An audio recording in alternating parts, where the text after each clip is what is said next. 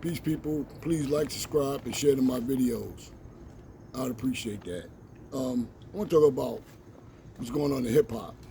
Been a lot going on in hip hop the last couple of days, and I want to talk about it just a little bit. First thing I want to talk about is the Fat Joe situation. You know, Fat Joe been around hip hop since 1993. You know, and black people been on him for a long time for using the word nigga. Now, it depends on who you are, I guess, whether it offend you or not. You know, it doesn't offend me. I mean, I was in the store the other day, heard two little Indian kids, and they're calling each other niggas like it was nothing. Every other word came out of their mouth was nigga, nigga, nigga. Somebody I know, I told us about, they told me, why not say something? I'm not saying nothing. Mind my business. Ain't none of my business. They want to say it, let them say it. Don't hurt me. They wasn't talking to me. But, you know, you got people that's really get offended about that word. You know, and some people's offended about Fat Joe using it, especially being he's a Spanish guy. And then something else they said I didn't understand, talking about Spanish people in hip hop. Now, I know hip hop because I remember the beginning of hip hop. And a lot of early hip hoppers were Spanish. You look at the Cold Crush and all of them groups like that, the Fearless Four, they had Spanish people in them. And that was the early 80s. So it's not that hip hop is just a black thing. Hip hop was really by the black and the Spanish, Latinas from New York. I remember when you would go out and you would see the hip hop and you see that back in the breakdance day, that's what you saw was doing that shit was the Spanish kids and the black kids. So, you know, that part, you know, I don't think people really understand the history in order to say something like that. But anyway, back to the versus thing, you know, I think Fat Joe got caught up in the moment and said that, you know, call them girls dusty ass bitches and crack holes or whatever. You know, yeah, the girls backstage, whatever. That's kind of shitty. You know, the women didn't deserve that.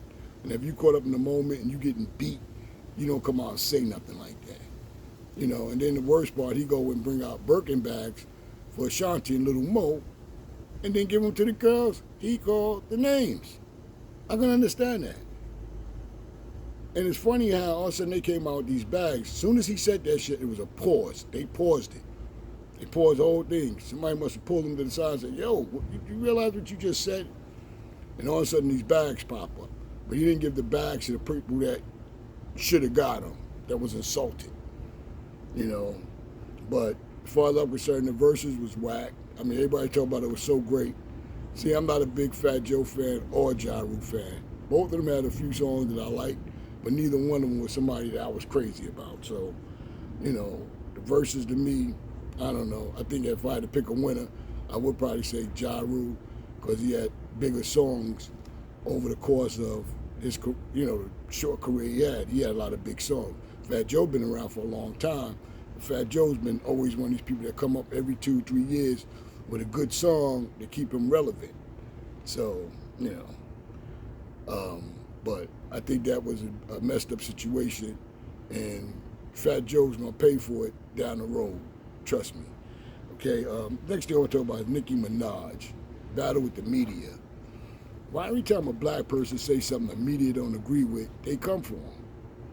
Every time you say something about the media and they don't like, they come after you. And you can't win with that because the news runs 24/7.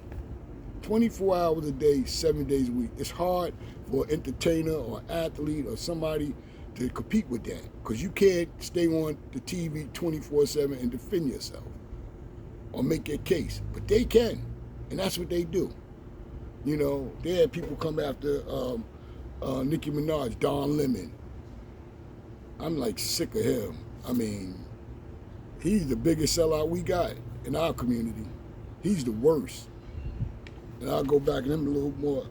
Joy Reid, she's another one. She's another Aunt Sarah or whatever you want to call her.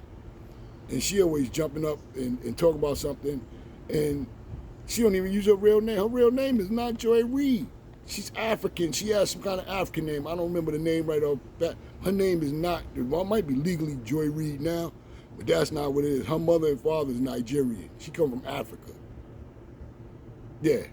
I don't know how many people know that shit.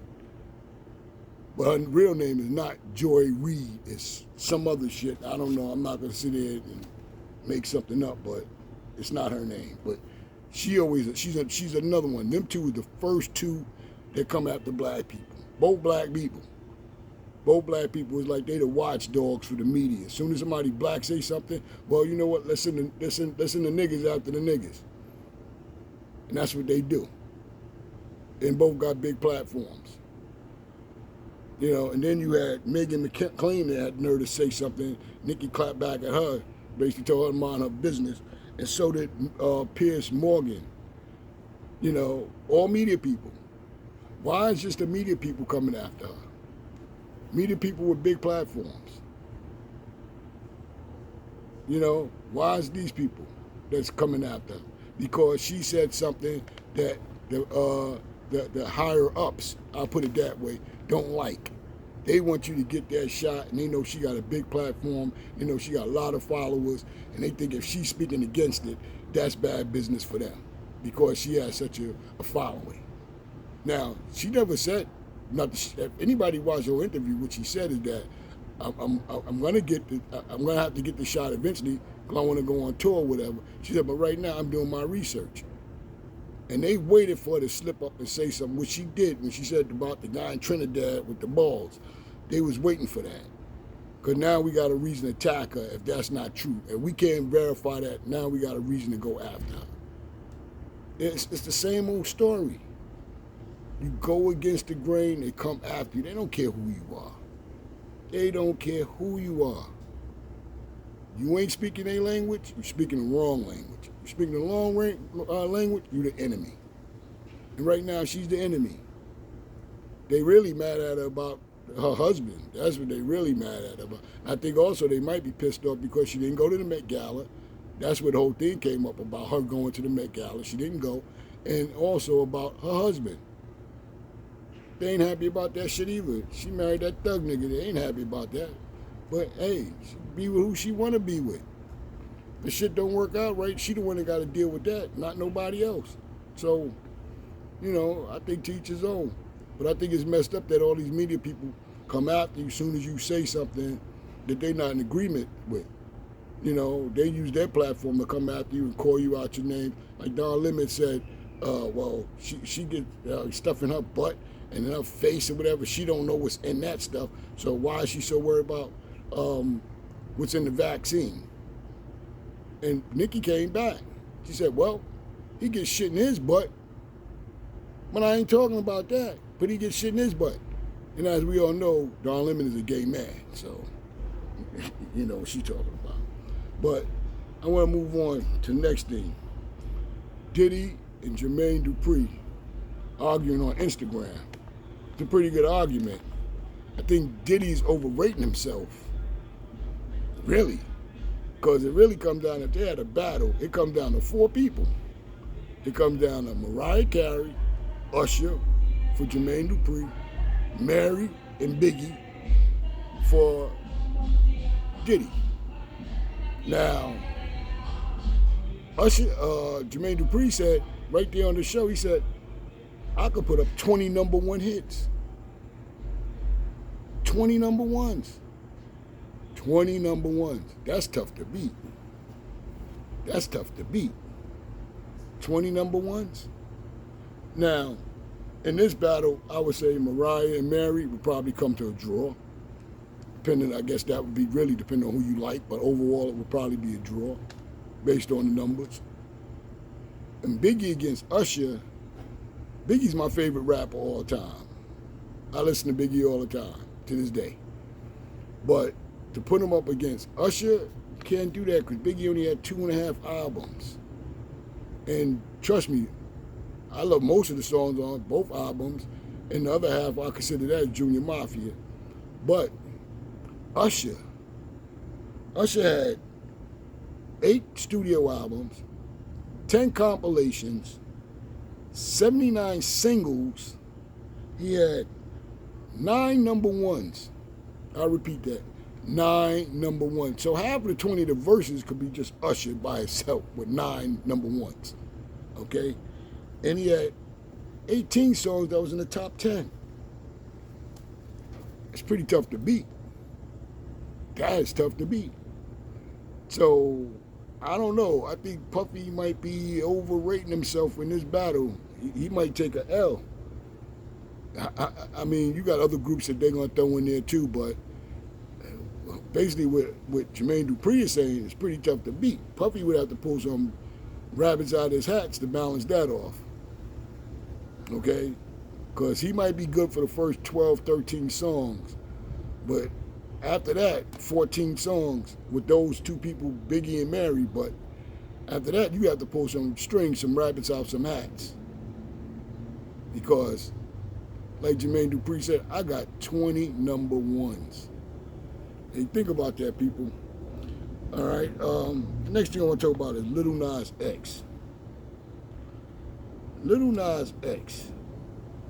I don't understand what all of the shit to talk about is. As far as I'm concerned, we should just ignore him. The white media keeps pushing him out there.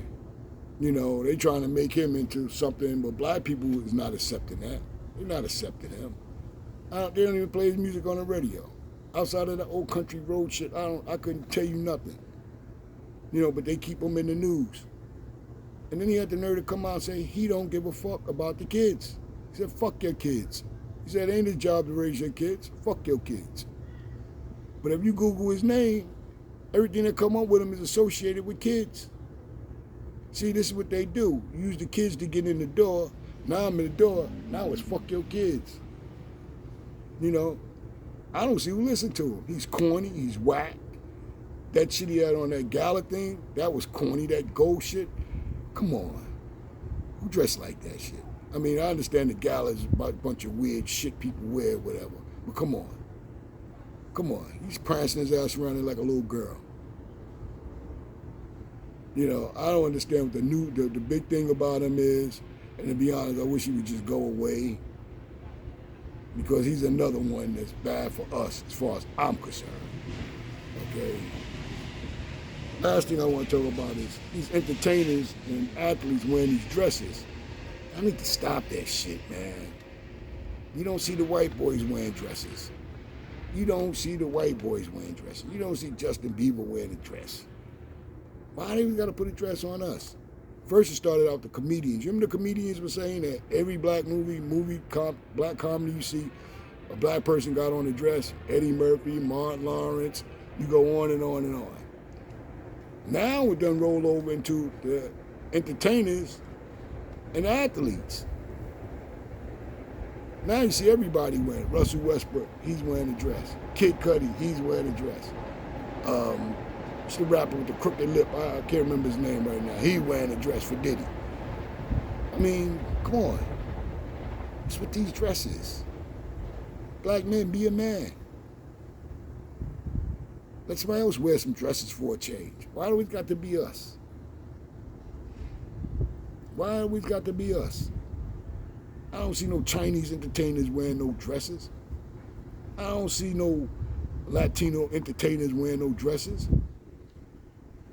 They put that fucking Billy Porter out there and he prances his ass around with his skirts or whatever, and now all of a sudden it's fashionable. And I happen to see a commercial for the movie Cinderella. They got that nigga playing a fairy godmother. That's the funniest shit. But they want your kids to watch this. Cinderella is a kid's movie. But they want your kids to see the Billy Porters and the Lil Nas X's. This is what they want. Yeah. Well, hey, please like, subscribe, and share my videos. I would really appreciate it. Hit that thumbs up button, hit that thumbs up, and subscribe. Hey, you guys have a good day. Peace.